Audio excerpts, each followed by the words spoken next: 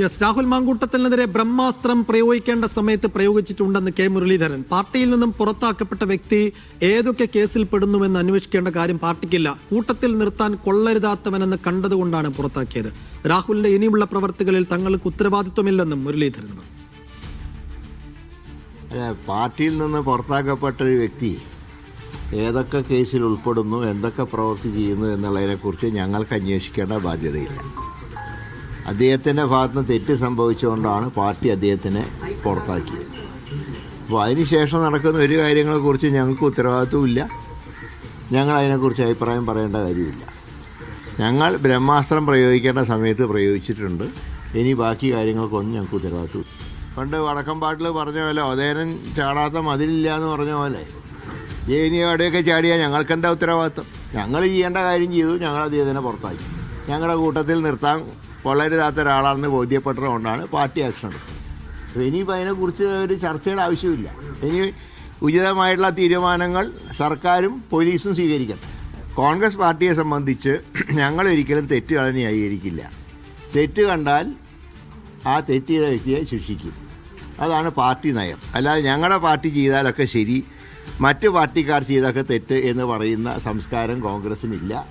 ഞങ്ങൾ സ്വർണം കട്ടവരെയും സ്ത്രീലമ്പടന്മാരെയും ഒന്നും ഞങ്ങൾ ഒരു കാലത്തും പ്രോത്സാഹിപ്പിച്ചിട്ടുമില്ല.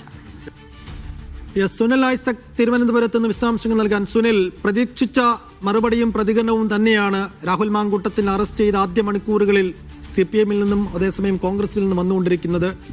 കുറെ കൂടി മൂർച്ചയുള്ള ആയുധമാക്കി ഇതിനെ മാറ്റാൻ കഴിയുമോ എന്ന് CPM ആലോചിക്കുന്നുണ്ട്. അതേസമയം തങ്ങൾ പുറത്താക്കിയ ഒരാളിൽ ഇനി തങ്ങൾക്ക് എന്ത് ഉത്തരവാദിത്വമെന്ന് മുരളീധരനും മറ്റു നേതാക്കളും ഒക്കെ ചോദിക്കുകയും ചെയ്യുന്നു. അപ്പോൾ ഇത്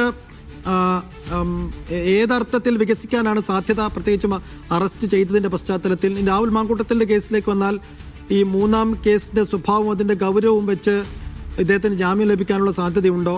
ഇദ്ദേഹത്തിന് അഭിഭാഷകർ ഏതെങ്കിലും തരത്തിലുള്ള നിയമ വഴിയിലൂടെ നീങ്ങുന്നതിനായുള്ള വിവരങ്ങളുണ്ടോ? എന്താണെന്ന് സംബന്ധിച്ചുള്ള വിശദാംശങ്ങൾ കൂടി.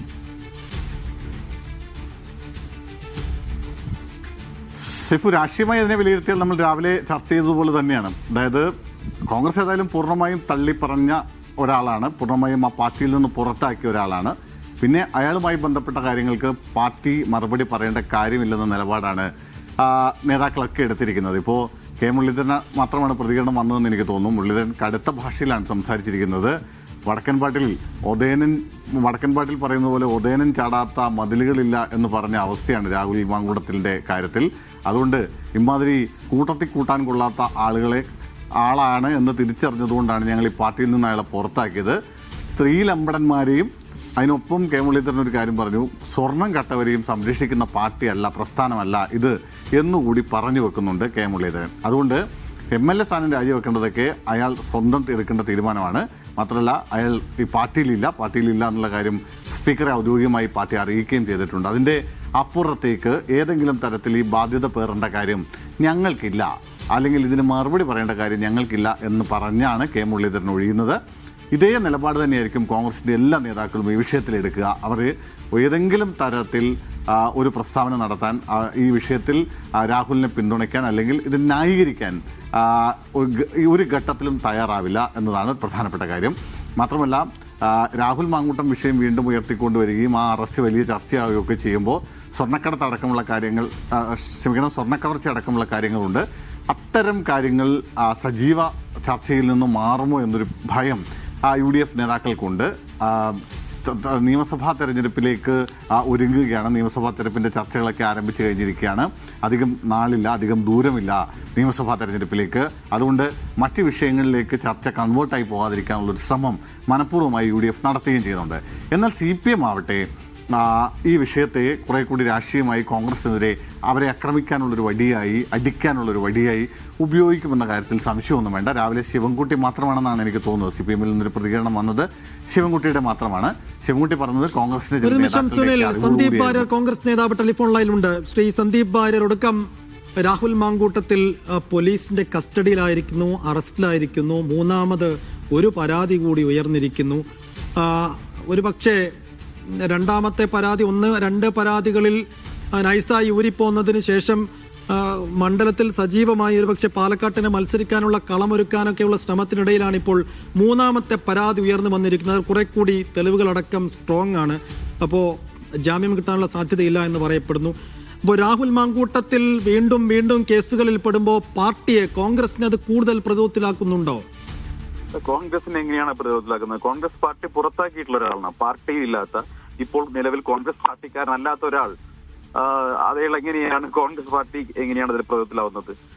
കോൺഗ്രസ് പാർട്ടി ഏറ്റവും മാതൃകാപരമായിട്ടുള്ള നിലപാടല്ലേ ഇക്കാര്യത്തിൽ സ്വീകരിച്ചത്. ഇത്തരത്തിൽ ആക്ഷേപം വന്നപ്പോ തുടക്കത്തിൽ ഒരു പരാതി പോലും ഇല്ലാത്ത ഘട്ടത്തിൽ തന്നെ അയാളെ സസ്പെൻഡ് ചെയ്തു. അതിനുശേഷം അയാളെ പാർട്ടിയിൽ നിന്ന് പുറത്താക്കി. ഇനി ഒരാളെ പാർട്ടിയിൽ നിന്ന് പുറത്താക്കി കോൺഗ്രസ് പാർട്ടിക്കാരൻ അല്ലാതായി കഴിഞ്ഞാൽ പിന്നെ അയാൾ ചെയ്യുന്ന കാര്യങ്ങൾക്ക്, അയാളുമായി ബന്ധപ്പെട്ട കാര്യങ്ങൾക്ക് കോൺഗ്രസ് പാർട്ടിക്ക് ഒരു തരത്തിലുള്ള ഉത്തരവാദിത്വമില്ല. നിയമത്തിന്റെ വഴിക്ക് പോകണം. തീർച്ചയായിട്ടും ഇരകൾ എന്ന് വിളിക്കപ്പെടുന്ന അവർക്ക് കേസ് അന്വേഷിച്ച് ന്യായമായ കേസുകളിൽ അവർക്ക് അർഹിക്കുന്ന നീതി ലഭിക്കുക തന്നെ വേണം. തീർച്ചയായിട്ടും കോൺഗ്രസ് വളരെ മാതൃകാപരമായിട്ടുള്ള, ഒരുപക്ഷെ മറ്റ് രാഷ്ട്രീയ പാർട്ടികൾക്ക് പിന്തുടരാവുന്ന തരത്തിലുള്ള ഒരു നിലപാടാണ് സ്വീകരിച്ചത്. അതിന് കോൺഗ്രസിനെ അപ്രീഷിയേറ്റ് ചെയ്യണം വേണ്ടത്. ധാർമ്മികമായ രാജിവെക്കേണ്ടതല്ല ഇപ്പോൾ സംബന്ധിച്ച് ആ ധാർമ്മികതയുടെ അളവുകൾ അയാൾ തന്നെയാണ് പരിശോധിക്കുന്നത്. കോൺഗ്രസ്സുകാരനല്ലാത്തത് കൊണ്ട്, കോൺഗ്രസ് പാർട്ടിയുടെ MLA അല്ലാത്തത് കൊണ്ട് കോൺഗ്രസ് പാർട്ടിക്ക് അതിൽ അയാളോട് ഉപദേശിക്കാൻ സാധിക്കില്ല. അയാൾ സ്വമേധയാ തീരുമാനിക്കേണ്ട കാര്യമാണ്. താങ്കളുടെ വ്യക്തിപരമായ അഭിപ്രായമാണ് ചോദിച്ചത്. എന്തുകൊണ്ടാണ് തങ്കപ്പനും താങ്കൾക്കൊന്നും അതേ രാജിവെക്കട്ടെ എന്ന് പറയാൻ ധൈര്യം വരാത്തത്? ഇനിയിപ്പോ അദ്ദേഹത്തിന് MLA എന്നുള്ള നിലയ്ക്ക് മണ്ഡലത്തെ സെർവ് ചെയ്യാൻ കഴിയുമില്ല എന്നുള്ള സംബന്ധിച്ച് അദ്ദേഹം ആത്മപരിശോധന നടത്തട്ടെ. തീർച്ചയായിട്ടും അതിലൊരു ധാർമ്മികതയുടെ അളവുകോലുണ്ട്. ആ ധാർമ്മികതയുടെ അളവുകൾ വെച്ച് സ്വയം തീരുമാനിക്കട്ടെ എന്നേ അതിന് പറയാനുള്ളൂ. കോൺഗ്രസ് പാർട്ടിക്ക് ആ കാര്യത്തിൽ യാതൊരു ഉത്തരവാദിത്വവും ഇല്ല. കോൺഗ്രസ് പാർട്ടി അയാളെ പുറത്താക്കി കഴിഞ്ഞിട്ടുള്ളതാണ്.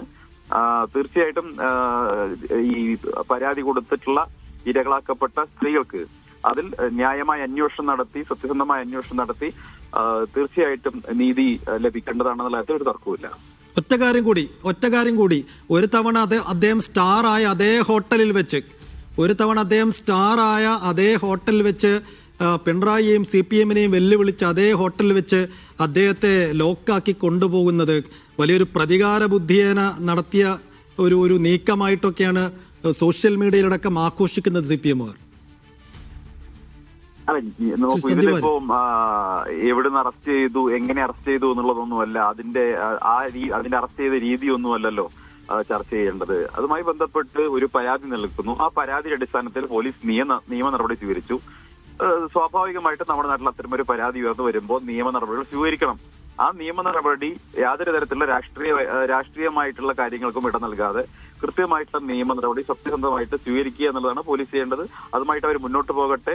നിയമത്തിന്റെ വഴിക്ക് പോകണം. ഒരാളും ഒരു തരത്തിലും ഇത്തരത്തിൽ ആരോപണ വിധേയരായ ആളുകൾക്ക് സംരക്ഷണവുമായിട്ടുണ്ടാവില്ല. കോൺഗ്രസ് പാർട്ടിയിൽ നിന്ന് ഒരാളും സംരക്ഷണം ഒരുക്കില്ല.